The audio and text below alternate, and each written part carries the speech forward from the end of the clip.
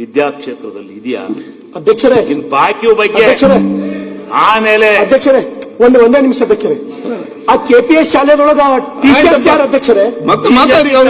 ಯಾರು? ನಾವು ನೀವು ಚರ್ಚೆ ಮಾಡ್ಬೇಡಿ, ನೀವು ಚರ್ಚೆಗೆ ಮಾಡ್ತೀವಿ.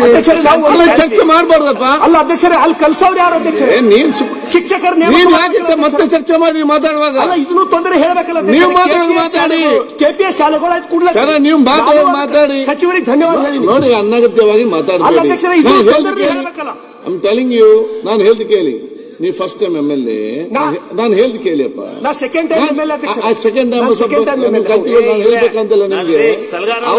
ಒಂದ್ ಸೆಕೆಂಡ್ ನಿಮ್ಗೆ ಯಾಕೆ ಚಲೋ ಆಗಿದೆ? KPS ಶಾಲೆಗಳು ಮಾಡ್ಲತ್ತೀರಿ ಕರೆಕ್ಟ್ ಅದ. ಶಿಕ್ಷಕರು ನಾನು ಹೇಳ್ದು ಕೇಳಿ. ಮಕ್ಕಳಿಗೆ ಇಂಗ್ಲಿಷ್ ಕಲ್ಸೋರು ಯಾರು?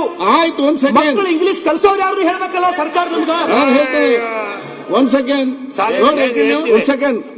ಸೆಕೆಂಡ್ ಕೂತ್ಕೊಳ್ಳಿ. ಐಮ್ ಟೆಲಿಂಗ್, ಕೂತ್ಕೊಳ್ಳಿ. ನಾನೆಲ್ಲ ಸದಸ್ಯರು ಹೇಳೋದಿಷ್ಟೇ, ಇದು ಬಜೆಟ್ ನಲ್ಲಿ ಆ ಸದಸ್ಯರು ಮಾತಾಡ್ತಾರೆ.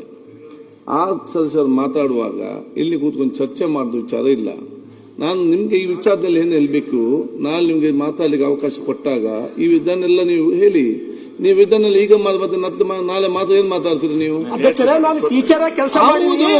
ತಾವು ಕೊಟ್ಟಂತ KPS ಶಾಲೆಗಳೊಳಗ ಕಲ್ಸಕ್ ಶಿಕ್ಷಣ ನೀವು ಮಾತಾಡಿ. ಇದನ್ನು ತಮ್ಗೆ ಗೊತ್ತಾಗಬೇಕಲ್ಲ, ನಾನು ಸದನ ಕೇಳಬೇಕಲ್ಲ.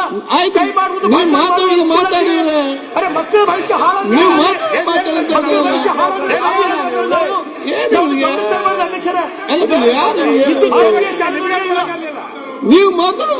ಮತ್ತೆ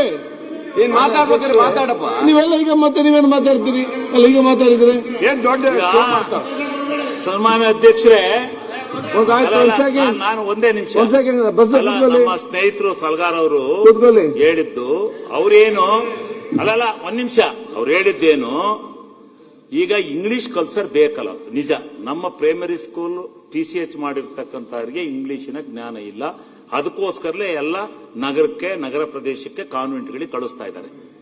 ಆದರೆ ಈಗ ಮಾಡಿರ್ತಕ್ಕಂಥ ಕಾನೂನಿನಲ್ಲಿ ಇಂಗ್ಲಿಷ್ ಟೀಚರ್ಗಳನ್ನ ನೇಮಿಸಿ KPS ಶಾಲೆ ಮಾಡೋದು, ಅದಕ್ಕೆ ಬಜೆಟ್ ನಲ್ಲಿ ಹಣ ಇಟ್ಟಿದ್ದಾರೆ.